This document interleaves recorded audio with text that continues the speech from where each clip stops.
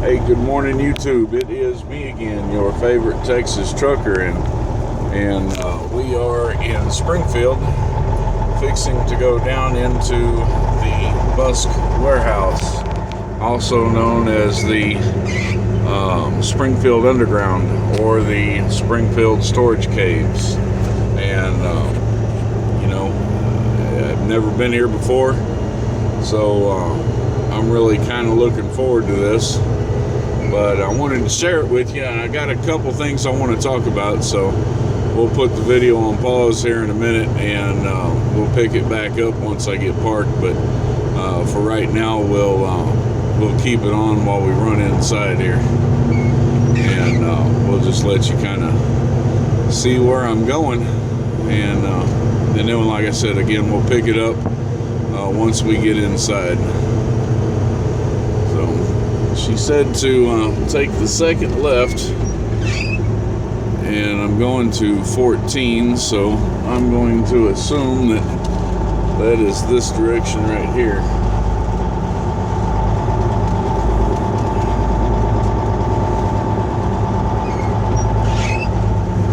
And I wish Scooter was here with me, my kid, and he would be excited about this, man. This would just make his day. Anyway, this is where we're going. Headed down to 14, and then she said to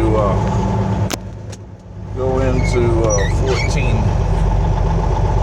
I think she said. I'm pretty sure. I hope so, because that's where I'm going to put it.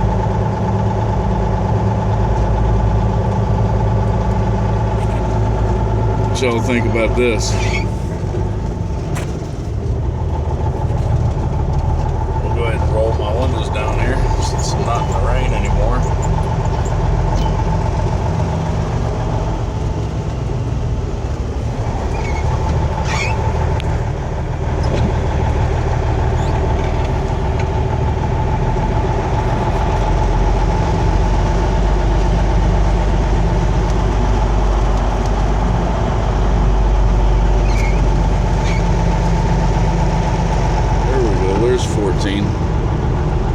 Alright, let me go ahead and pause this while I get parked here. I gotta figure out how I'm gonna get this up in here. Guess I'm going over here though.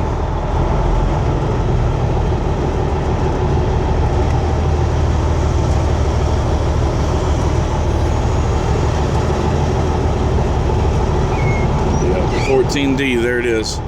Alright, let me pause this and then I'll be right back. Alright, man, I'm back in. And I swear this has to be the coolest place that I have ever delivered to in my life. Check it out. We'll get out here and walk around a little bit. Well, y'all can kind of see what we've got going on here.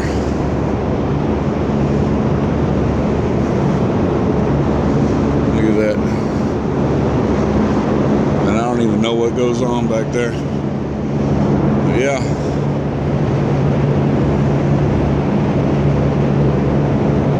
there's old Blue Triple C up in the dock over here, the underground warehouse. Look at it.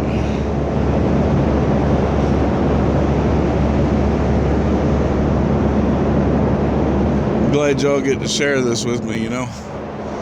It's times like this, man, that I really enjoy being a truck driver, you know. Getting to see things like this and experience things like this. You know, you just can't beat it. Look at it. Let's take a little bit more of a look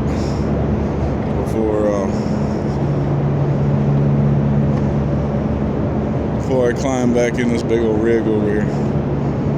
I got to go over here to the office and see if there's anything else I need to do, and then we'll pause the video, and then I'll be back in a little bit, because I do have something I do want to talk to you about. And I had a I had a subscriber that's been following me for a long time that asked me a really, really good question, and I do want to address it. All right, so we'll be right back. Hold on. Okay, I had to go sign in over here and find out what all I had to do next. As soon as I get my green light, then I'm gonna be. Oh man.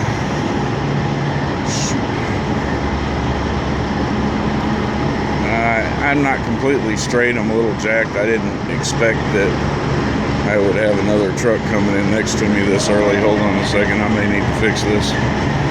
We'll get back with you here in just a second.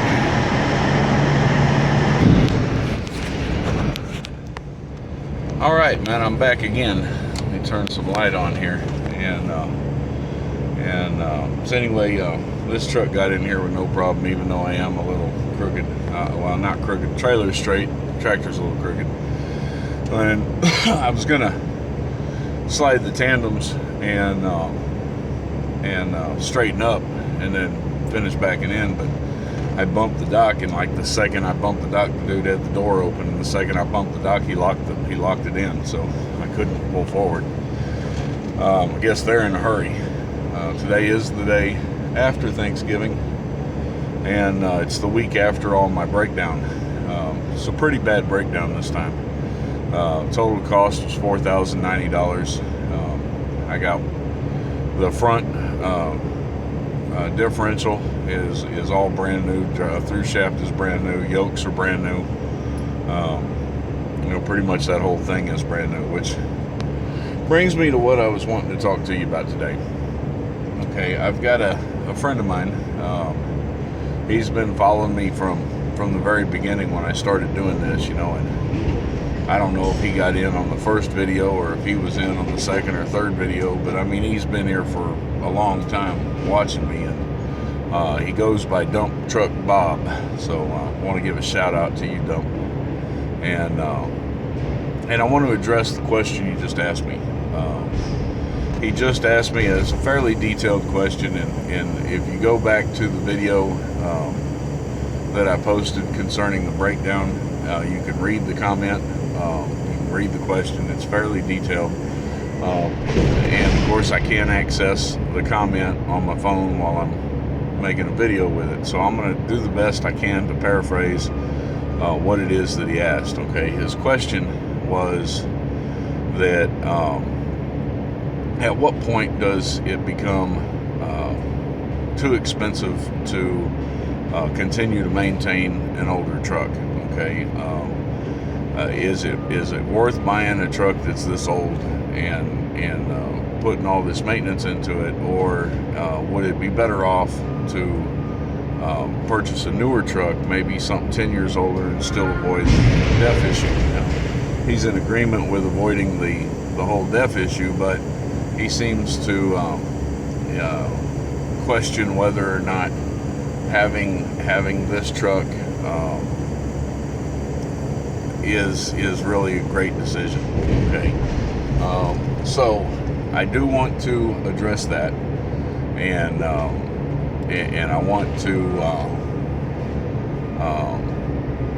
want to give you my viewpoint on it. Okay, first thing is that without a doubt, I'm not going to lie to y'all, I'm fairly discouraged with the situation as it stands right now, with the fact that I've had to put so many repairs into the truck. I've had to fix so many things. It's a little discouraging. Okay, however, with that said, I want you to understand that I knew this from the start. Okay, and I can't say that enough, because it actually is fairly important to the whole thing. All right, I'm discouraged with not necessarily the fact that I have to do the repairs. I'm discouraged with the timing of the repairs. Okay, these repairs, when I can do them, when I want to do them, I don't have an issue with the repairs at all. But when when these sudden breakdowns occur, the ones that you can't find on a pre-trip and the ones that you don't know are going to happen. You know, a transmission can go out, a differential can go out, you know, you could blow an engine, you could, I mean, there's any number of unexpected breakdowns that can occur. And when those things occur, they seem to happen at the worst possible time they could possibly happen at. One of the things, there were a couple of things that made this particular breakdown so bad. The first is the fact that I had just sunk almost $2,000 into repair work into my truck over the previous 2 weeks. So I had drained a lot of the money that I had set aside. On my escrow, I had used a lot of my escrow replacing a tire and doing some minor repair work on my truck, and so I had drained that out also, and everything was going good, and I was going to build all that back up until I had a couple thousand more dollars, and then I was going to do a couple more big ticket repairs and knock these things out a little bit at a time. So that's the first problem, is that this breakdown occurred when I had pretty much already used almost all of my resources. The second thing is that it occurred on the very first day of my payroll week, okay? And I was a little over halfway, probably 2/3 of the way done delivering a load. I was 2/3 of the way through delivering the load. And I had to have that load repowered in order to get it delivered on time, because there was no way, and I lost that load. I also lost the 2 loads I had after that. I didn't really expect this week to be a big payday weekend, because this was Thanksgiving weekend. I was going to deliver 3 loads or 2 loads, pick up a load and come home with it. Maybe deliver it, maybe not. But either way it went, I was going to be home for a couple of days, and so I didn't really expect this weekend to be a great paying weekend anyway. But I did expect it to be a paying weekend, or a paying week, and when it broke down on the very first day of the week, 2/3 into the first load of this week, it left me with 0 income for this entire week. This load that I'm picking up right now, which this is Friday, this load doesn't deliver until Monday in Mesquite, so this load won't go on my paycheck until next week. So that was the second thing. So first, this breakdown occurred when I had already used most of the resources that I had in the bank, and it occurred, the timing of it cut out pretty much all of my paycheck for this week. So anyway, that's what makes this as bad as it turned out to be. Other than that, it really wouldn't have been that bad, So that's addressing my attitude concerning this particular repair. All right, now let's talk about the overall repairs, and let's talk about the difference between buying this truck, maybe a truck 10 years newer. This is a 97, so maybe picking up a 2007 truck, and then maybe even buying a brand new truck. All right, and we'll look at these things, okay? Now y'all already ought to know what I think about brand new trucks. The new truck deal, it just really isn't an option for me. It's not a path I plan to take. I mean, eventually somewhere down the road I might buy a new truck, but that's somewhere down the road. It's not going to happen anytime soon. You can guarantee that. So if I were to buy a new truck though, okay, this is part of my issue with it. The DPF, the DEF, the SCR, the EGR, all those things restrict the power of the truck. All those things restrict the performance of the truck. And yeah, these trucks out today are getting some pretty good fuel mileage, and that's great. They're getting great fuel mileage, but you're paying $175,000, $200,000 for a truck, and that's outside of my price range. I'm saying it's not doable right now, and so it's really not even an option to pay that much money for a truck. But if I could pay that much money for a truck, and this thing is shaking because they're loading me. But if I could pay that much money for a truck, the question then is, would I pay that much money for a truck? And here's where I stand with it, is that I intend to own my truck, okay? And so, let's say that it takes me 6 years to pay off a brand new truck. So I spend 6 years paying off a brand new truck, running about $150,000 a year.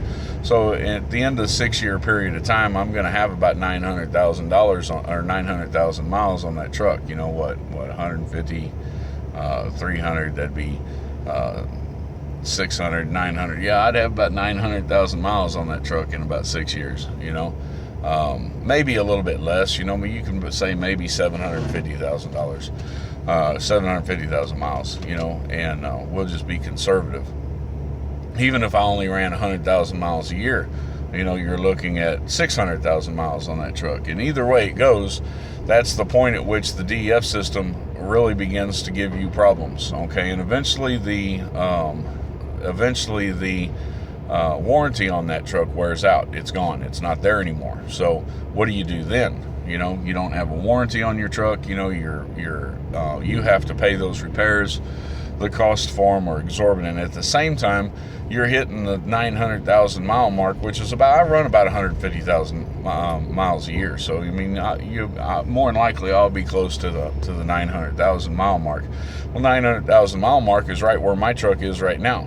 So all the repairs that I'm doing to my truck right now, I'll have to do to that truck then by the time I pay it off. And then I'm stuck, doing these major repairs on a truck, and these repairs are a lot more expensive. So, and my warranty's gone. So, I don't have a warranty to cover it all. So that whole deal is that, once you get the truck to that point, well, you trade the truck in and you get another new truck. So the bottom line is that you never, ever own your truck, ever. You'll never get to the point where you own it, because you're constantly going to be trading it in because you can't afford to make the repairs on it. So let's go and let's put that to rest, because as far as I'm concerned, it's never even going to be an issue, or at least it's not going to be an issue in the near future. All right, and we'll talk about a 2007 truck. Let's say I go out and I buy a 2007 truck. Well, 2007 truck doesn't have the DEF system on it, but it has everything else. Well, it doesn't have the SCR system on it either, but it does have the EGR system, and the EGR system creates a major problem. I've got a friend of mine who had just bought a 2007 truck. He was having horrible performance issues with it. Finally, he disconnected the whole EGR system and gained a shitload of performance and 1.5 miles per gallon.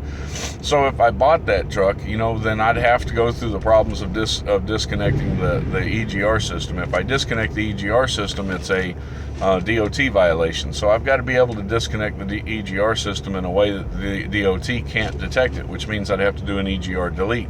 An EGR delete on that truck runs about 2,000 miles, but here's a trick for you.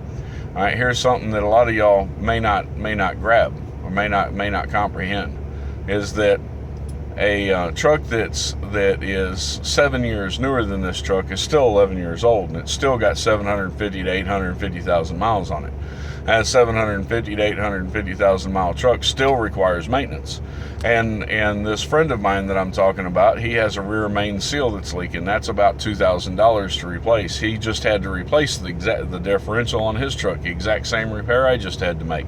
You're looking at $4,000.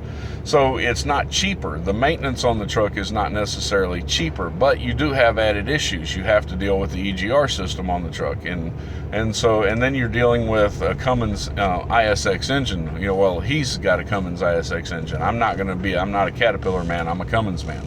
So, if I can't get a Detroit 60 in a truck like that, then I'm going to stick with a Cummins engine. And so then I'd be dealing with a Cummins ISX, and the Cummins ISX engine is more expensive to repair than the engine that I've got right now. The Cummins N14 is one of the cheapest engines to repair. It's also one of the best engines Cummins ever made.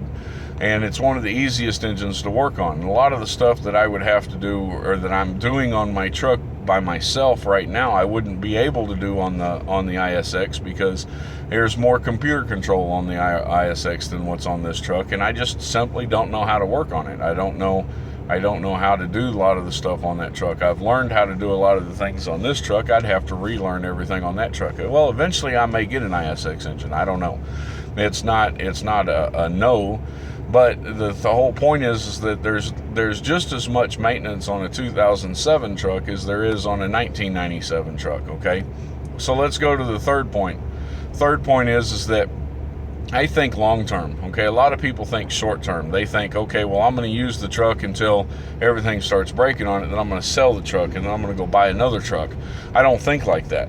I think long term. I think I'm gonna go out and buy a truck that I'm going to drive for 15, 20 years. I'm going to go out and buy a truck that I'm going to operate for 15 or 20 years. If I don't drive it, I'll put a driver in it and I'll run it. So it's incumbent upon me with that mindset to work on restoring whatever truck I get. It doesn't matter if it's a 2007, it doesn't matter if it's a 1997, it doesn't matter if it's 1995. The point is that I'm going to restore it. Now, I've had some major ticket items on this truck, and they've kicked my ass, and this particular one hit me pretty hard because it kicked out my entire paycheck. It wiped my paycheck completely out, it made me use everything that I had in reserves, and I don't have a paycheck for this week at all. And without a doubt, that is frustrating. I mean, it is immensely frustrating. But I have a new rear end, okay? And every piece that I replace on this truck is a piece that I'm not going to have to replace for 15, 20 years, okay? It's not like I got to replace it every year. So that rear end will last. The last rear end was on this truck for, 20 years. That rear end, or 17 years, that rear end will last another 17 years. So I don't have to deal with that for 17 years. I got one more rear end to deal with. As soon as I get money together, I'm going to tear that one apart and make sure that everything is good knit and replace things that need to be replaced and make sure that I'm good so it doesn't break down and it'll last 20 years. The other things, wheel seals and kingpins on your steering system, and oil pumps, steering pumps. Those things go wrong on every truck. It doesn't matter whether it's a 2007, whether it's a 1997. You're going to replace them. Those are repairs you're going to do. And a 2007 truck, it still has 850,000 miles on it. It's still got 750 to 850 to 950, depending on how hard the truck was driven. And the less miles that are on it, the more of an indicator that the truck wasn't on the road as much as it should have been on the road, which means that there probably, there's something that's been chronically wrong with it. This truck here, I've had a lot of breakdowns and I've had a little bit of frustration with it, but this is only the second time that my truck has been down more than a day. The first time my truck was down more than a day was when I put it in Kenworth to get the ECM replaced, and then it was down for 4 days. Well, 2 of those days I knew it was going to be down because when I put it in the shop, they told me they couldn't get to it for 2 days. So I put it in the shop, it got put in the queue, and then it sat for 2 days before they ever even pulled it in the bay and looked at it. And then 2 days later, it was out of the shop and back on the road again. This truck here was in the shop Monday, Tuesday, and Wednesday. It was in the shop for 3 days, and one of those days was waiting on parts to get here.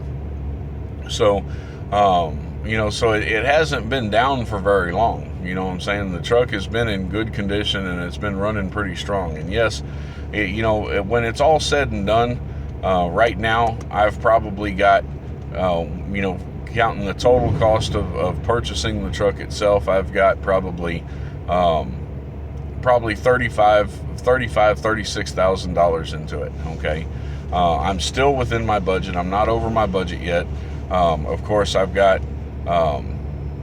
till April before my budget's over with for this year. So this is November, December, January, February, March, April, 5 months. I've still got 5 months left, or 4.5 months. Well, really 4 months. December, January, February, March.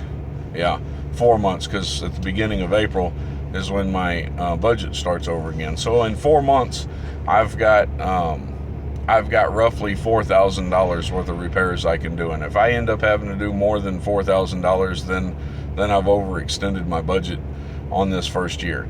The second year, I'm going to go ahead and keep my budget the same, just because there's a lot of things left that I still need to do, including an end frame on my engine. You know, and once I get that end frame on the engine done, that pretty much covers everything under the hood. You know, everything under the hood will be good to go from once that end frame is done. And that only thing left is the transmission. I intend to replace the transmission with a 13-speed, so then my transmission will be done. From there, the only thing that's left is the drive shaft going from the transmission to the first differential, and then getting the second differential. I've got shocks that I need to replace. I got springs that I need to replace. I've got rear suspension that needs to be upgraded. You know, and those things will cost a little bit. But by the end of next year, everything on this truck from nose to tail is going to be brand new. It's going to be brand new. And so, yeah, it'll still be billed as a 1997 model truck, but it will be a brand new truck. I mean, everything on it will be, you know, no more than a year old. And with that said, I will have probably $45,000, $45,000 to $50,000 into my truck. That's about how much I will have spent on it. Was maybe 50, on the high end, maybe $60,000. And everything on my truck will be brand new. So I will have a completely brand new truck. Whereas if I were to buy a 2007 truck, I'm going to pay $20,000 more for the truck out of pocket.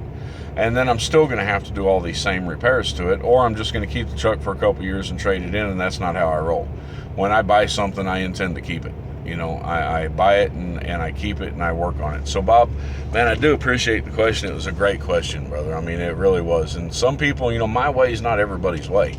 My way is not the way that everybody chooses to do things. You know, a lot of folks, they, you know, they may think I'm being a little extreme with the way that I'm dealing with stuff here, but you know,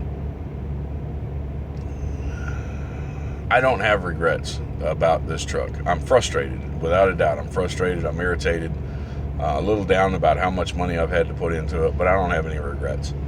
I know that when I'm done, this truck is going to be brand new, and then I'm going to turn my attention to doing body work to it. I'm going to turn my attention to getting a brand new paint job on it. I'm going to turn my attention to extending my sleeper and making my sleeper bigger and more comfortable, you know, and things like that. And you know, this is, you know, this is a good truck, and I don't regret it. My way is not everybody's way, you know. I mean, the stuff that I put into my truck and the things that I do to try to keep my truck on track, it's a little extreme for some people. And there's some people that would just throw their hands up, say, fuck it, you know, it's too much trouble, let's go buy a newer truck.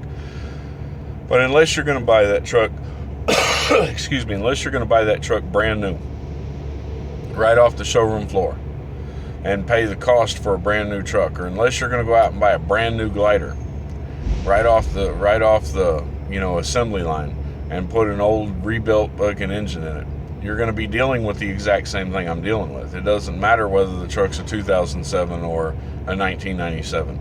You know, as a matter of fact, the 2007 trucks are put together with mostly plastic. You know, so where, you know, my truck is a lot more solid inside because very little in here is plastic. You know, you'll be dealing with all that plastic stuff breaking all the time. So anyway, I just got the green light, man, and I am out of here. Let me go ahead and cut this off. I appreciate you coming down here in the caves with me. I'm glad y'all got to see some of it. I don't know how clear the video is going to be, but I hope y'all enjoyed it. Bob, I hope I answered your question. I really appreciate your support. I appreciate you being there with me throughout this whole thing, thick and thin, man, and y'all take care, man. Peace out.